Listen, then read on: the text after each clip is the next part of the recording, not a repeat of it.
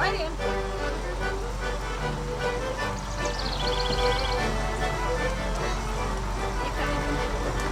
That way, that way. Okay, Blue River, we're going to show you farm buildings. How's that for a novelty? Good. Now these are going to be quite different because these are the buildings of the very first settler on this land.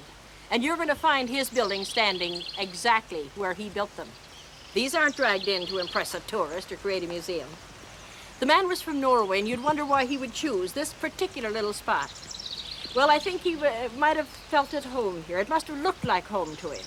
He found water, he found shelter, and it was available. No one else had taken this tiny valley. His name was Austin Olsen Haugen. Now, how do you like that for a mouthful? He decided he would Americanize his name, so he dropped the Haugen and the Olsen.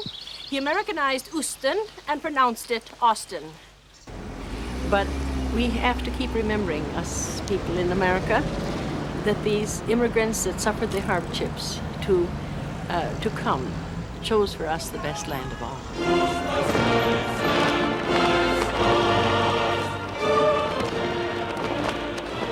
Jeg tror titlen Det løfterike landet spiller hen på den troen som folk måtte ha på en bedre fremtid. Ikke alltid realiteter, men troen og håpet om en bedre fremtid. Og i det største parten av tiden så var nok forholdene mye mer lokkende i Amerika enn de var i hjemlandet.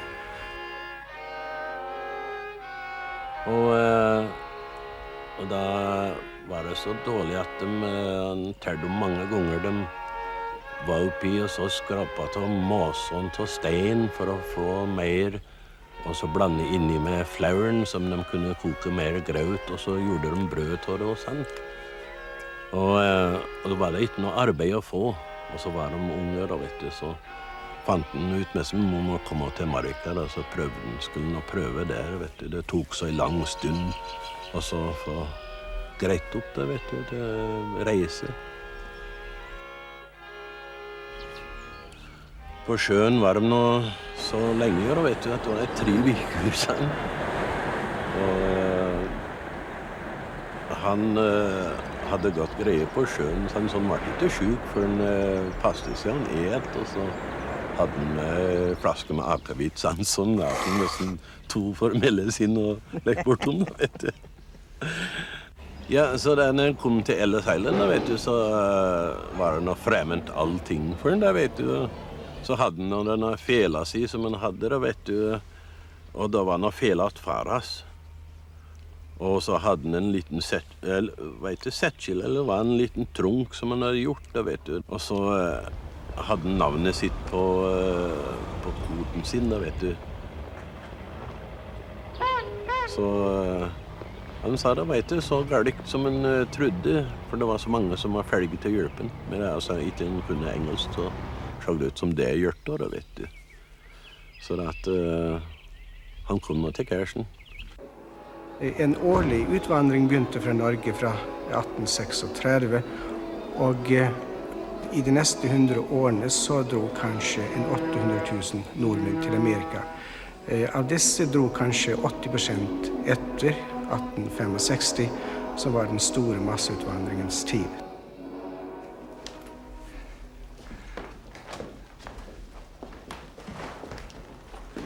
For the most part, in the early years, the immigrants came to the central part of Wisconsin and Minnesota and Iowa.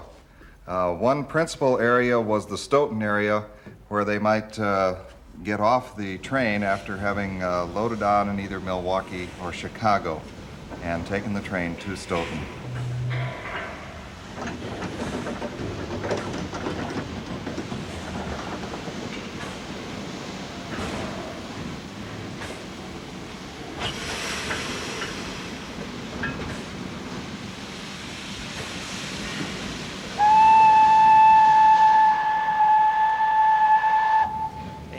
That became really the jumping off point for a lot of other Norwegians who came first to Stoughton and then got their bearings and found out where they could go on to get land, which was gradually moving west and north, sort of from Stoughton up towards Minneapolis. So on that route, they founded towns like Westby and Coon Valley, Blair. That area was settled. You know, every 10 years or so, they moved along further in settlements.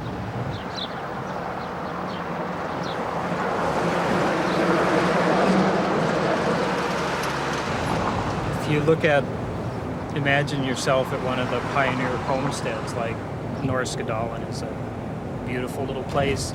And you think of the pioneer family that lived there, you realize just how dependent they would have been on their neighbors. They were so isolated when they came to this country.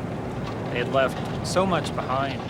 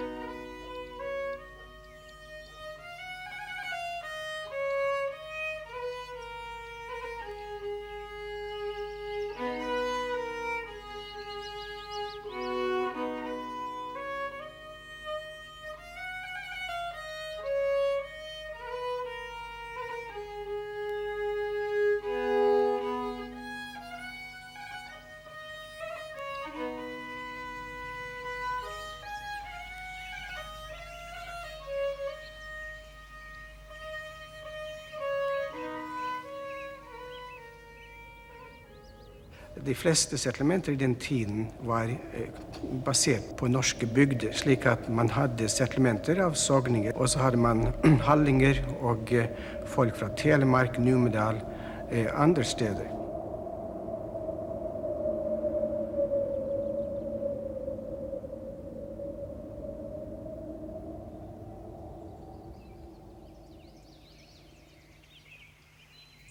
Og når en fra Vestby sa, vet du, hun reiste til Valke, så var det en som travlet på råden, så stoppet han, så sa han, du norsk, skal du få kjøre, men du sogning, kan du gå, og sånn. Det var litt liksom forskjell, da, vet du, syns de fra Vestby, da, vet du, det var gullbrandstøringer der, vet du, så det var vel slekt til Norge, tenker jeg, vet du. Mellom bakker og berg ut med havet, Havet nordmannen fanget sitt hjem,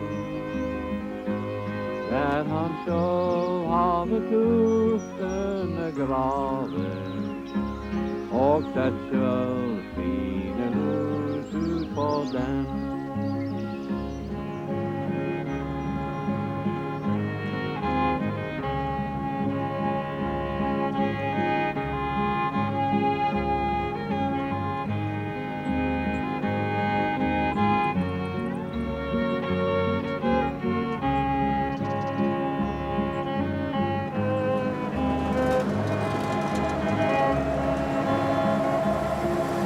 Stod ut på det stengte strander, der var ingen som der hadde bygd. La oss bygge og rygge oss grander, vi kan huke sitt hjemlige strand. My grandfather came in 1854. His name was Olaf RUNDHAUGs. And he had a brother that came a little bit later, and they lived for a while on our farm. And then they moved west into the town of Moscow. And his name was Knut. And they died a day apart. But they didn't communicate enough so that they knew that the other one had passed away. Otherwise they would have the funeral the same day. But they're buried on the same lot. Well, they came from Valdres, most of them, from around Bruflat. And, well, most of them were from that same area, and they came as a group right in here, see. And they needed a church. I Amerika var det et helt skarpt skille mellom stat og kirke, slik at alle kirkesamfunn måtte sørge for å bygge sine egne kirker, utdanne prester og så videre.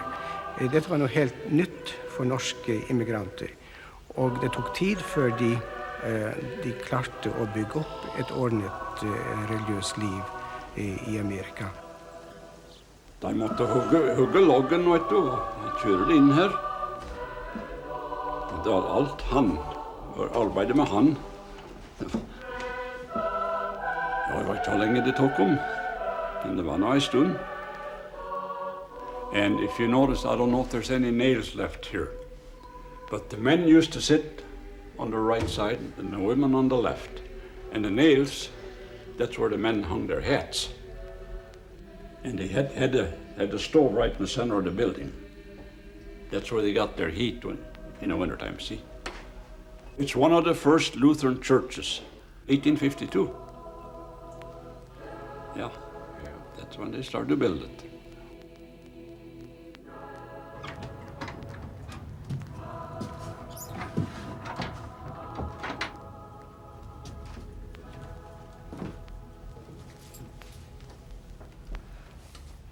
Well, this is the home of Eric and Helena Egge.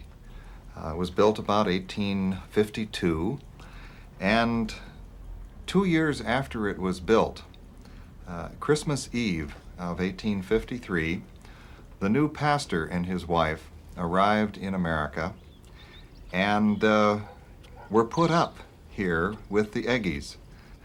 They divided the house. It was a very simple one-room house, and it was divided into really 3 rooms.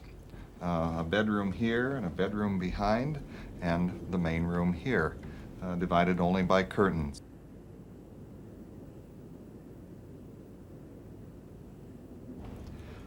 In front of me here, we have a psalmodicon.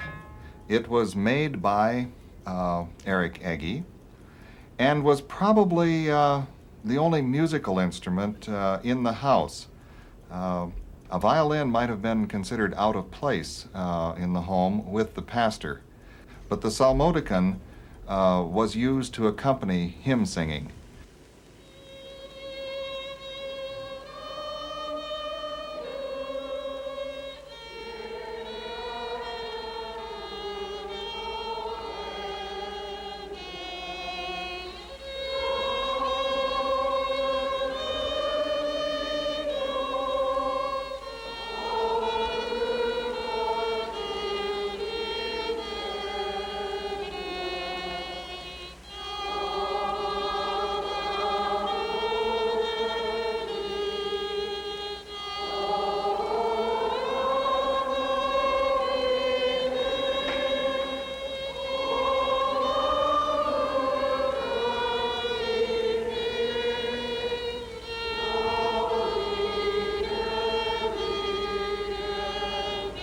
A lot of the Norwegians, they came in a time when the pietistic movement had its ups and downs in Norway, and there were groups of people here who didn't dance or play music.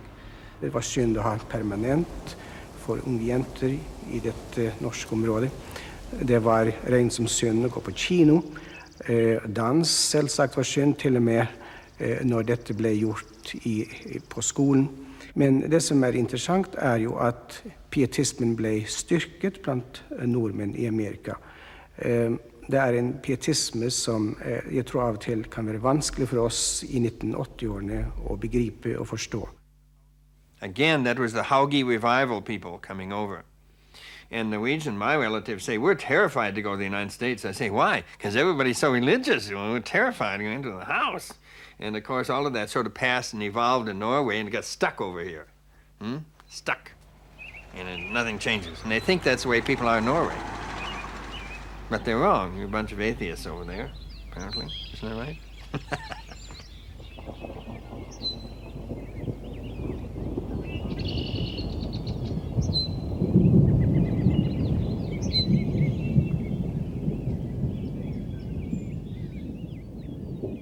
But by and large, it started to, I think it became a little looser over here. There's a story from the Westby area about, I think it was a preacher coming from having just married a couple, and he met the fiddler coming down the street the other way, and the preacher said, well, I've done my part, now it's time for you to do yours. So that same preacher was at a wedding, and he was standing around, everyone was waiting for him to go, because traditionally you waited for the preacher to leave until you got out the fiddle and started the dance. Everyone knew that you were going to, I mean, the preacher knew you were going to dance, and everyone just politely would wait till his buggy went around the corner, and then they would start the music. So this preacher was just enjoying himself and sticking around a little too long. So finally the father of the bride went up and said, you don't mind if we have a little fun here, do you? And he said, no, that's what we're here for. So he had a drink and stayed and enjoyed some of the music. So people noticed, though. They thought that was a little unusual.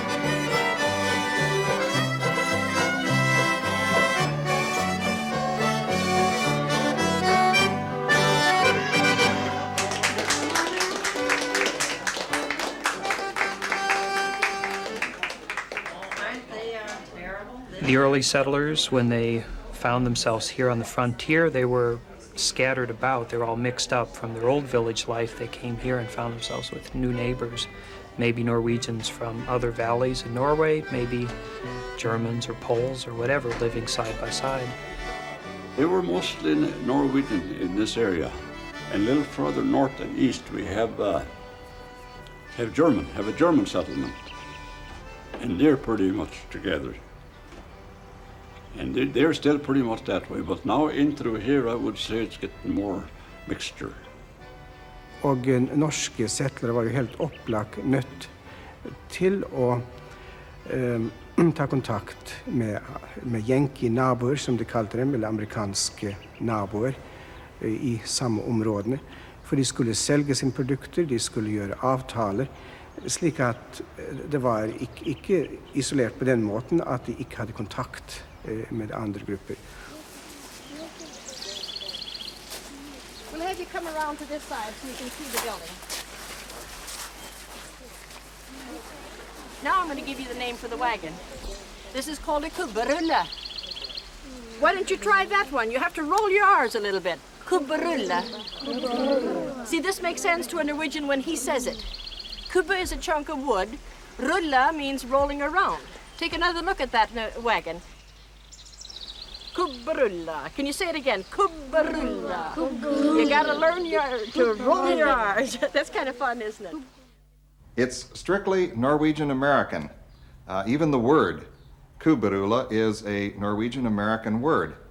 Something that the immigrant could do simply with very little expenditure of money and funds. He could make a vehicle that would be useful on the farm.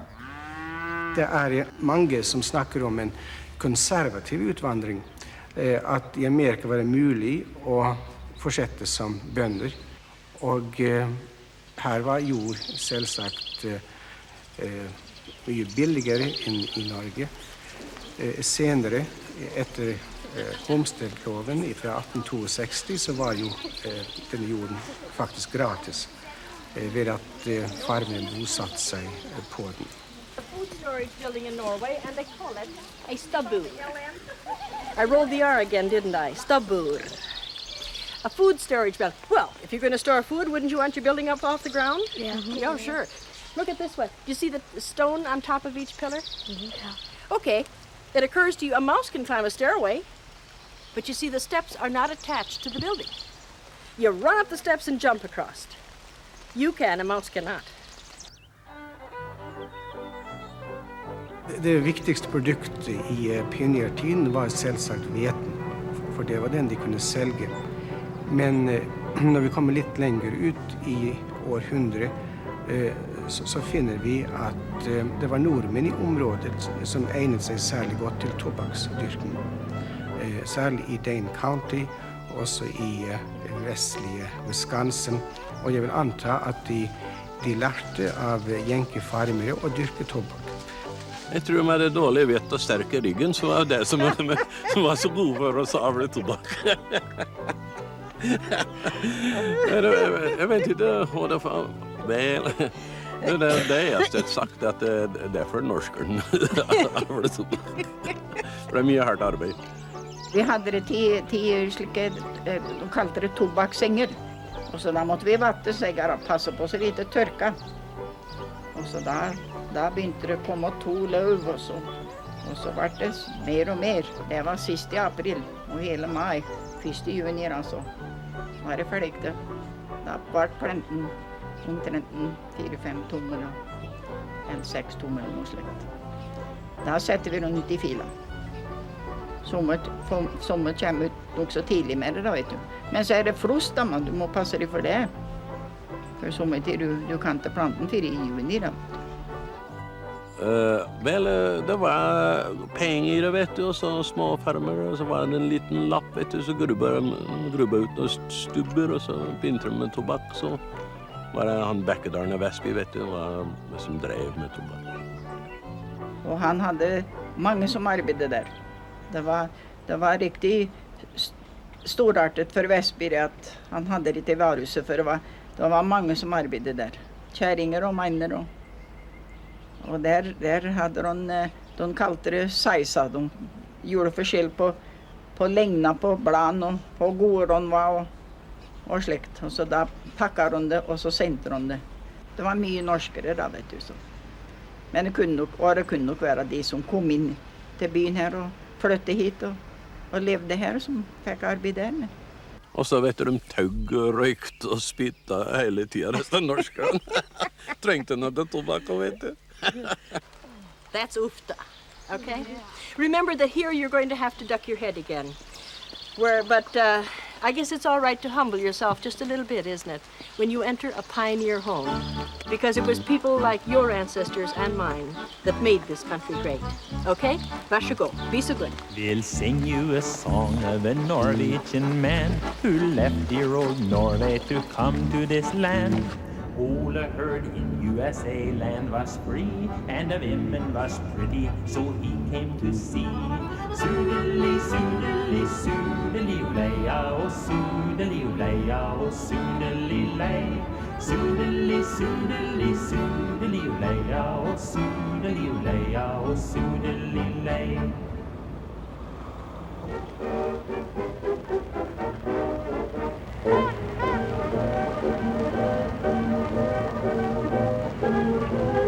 Det som er interessant med 1925-feiringen at det er første gangen at vi har en stor feiring av en norsk-amerikansk begivenhet. Jubileet var 100-årsjubileet for seilingen av sluppen restaurasjonen med den første gruppeutvandringen fra Norge i 1825. Ja, jeg var det, ja. Jeg husker det, men jeg var ikke for gammel, ser du. Det var på utstillingsplasset, statsutstillingplass utenfor St. Paul, hvor de har, og vi kaller det a fair på engelsk, ser du. De har en stor dekortor. Og det var en av plassene jeg kunne holde, for det var så mange som kom. Så det kom från alla ställen då.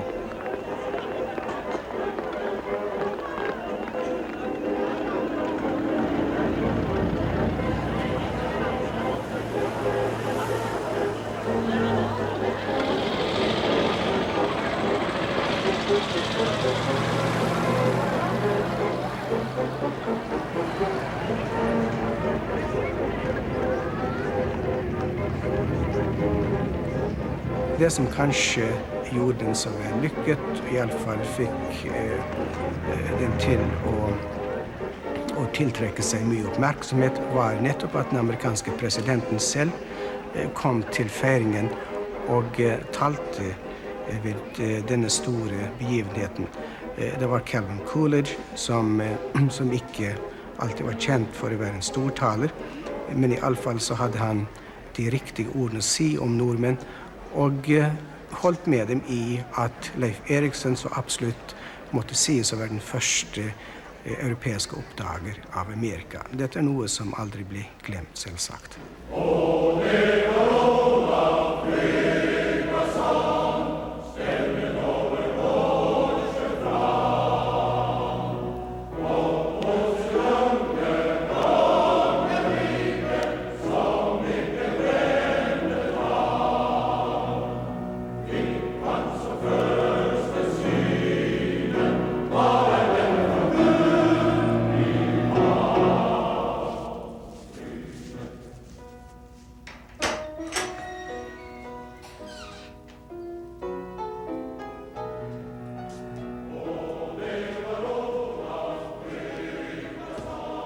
We're sitting in a Norwegian Lutheran parochial school building.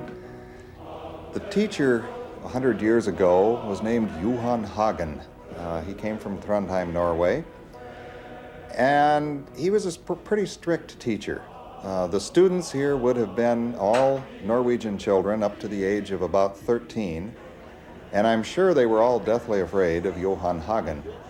He was known as a man to demand strict control if you misbehaved or if you spoke English in this school. He might whack you with a stick or throw a book at you or something of that sort. The school system lasted as an entity until about 1925, when people began to realize that Norwegian was not necessarily the language of the home anymore.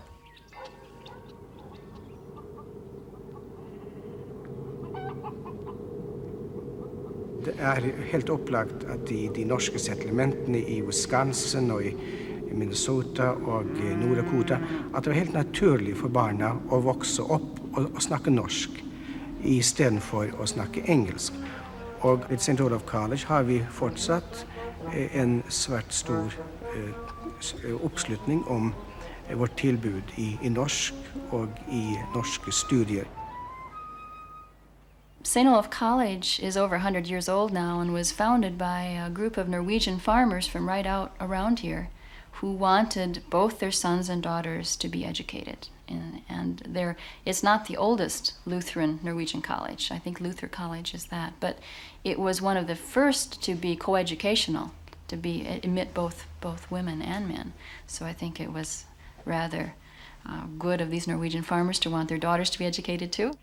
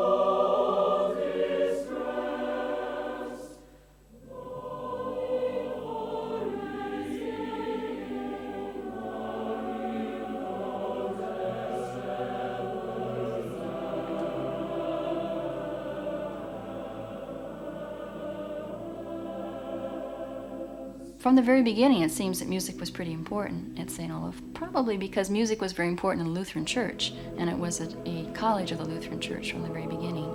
And when F. Melius Christiansen came here, he actually had an instrumental background and had a band that he was directing here. He decided it would be wonderful to have a choir, so he began to develop what became the St. Olaf Choir. Christiansen was a Norwegian who immigrated to this country from Larvik when he was about 17 years old. He came to the college in 1903, and it was there that he started to think about more clearly about getting the chorale and the old Norwegian tunes back into the singing of the congregations. And these were all published and sung in Norwegian. But about the middle of that decade, in 1915, the English language started to come in more and more.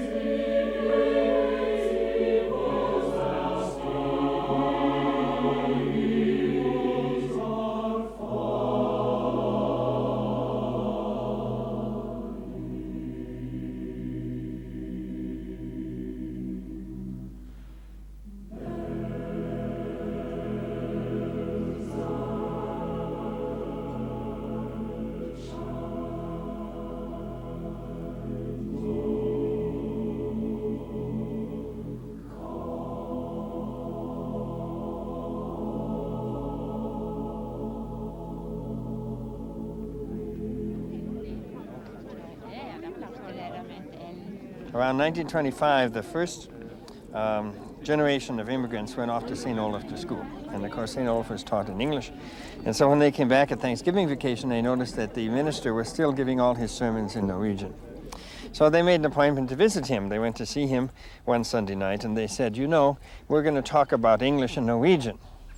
And he said, you know, English is used widely now, and we wonder if you shouldn't give your sermons perhaps in English. And he immediately began to get angry.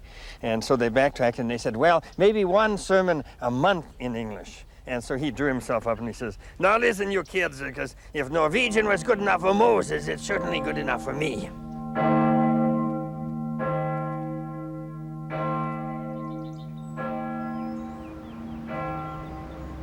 Jeg kjenner jo personlig nok så mange som tredje generasjon nordmenn i særlig sørlig Minnesota som foretrekker å snakke norsk. Men dette folk i 70-årene, og neste generasjon helt opplagt lærte ikke norsk. Så det kanskje et tregenerasjonsfenomen i de norske landområdene. I bymiljøet så blir mye mindre av det norske bevart, selvsagt, på grunn av den stadige påtrykk fra det amerikanske miljøet som gjorde seg mye sterkere gjeldende der enn i de mer isolerte landområdene. Ja, vi har drivet tala på reise til Norge og så, men det har vært så travelt støtte, vet du. Men vi vil reise en dag via, kanskje. Men vi får skynde oss for vi blir for gamle, kanskje. Jeg tror det. For de vil ha med som liker å danse og lære oss å danse med Hellingen og slik bortom, vet du. Ja, du danser Hellingen, du. Ja, han kunne greie det. Han kanskje kunne spenne seg opp bak med begge føttene en gang.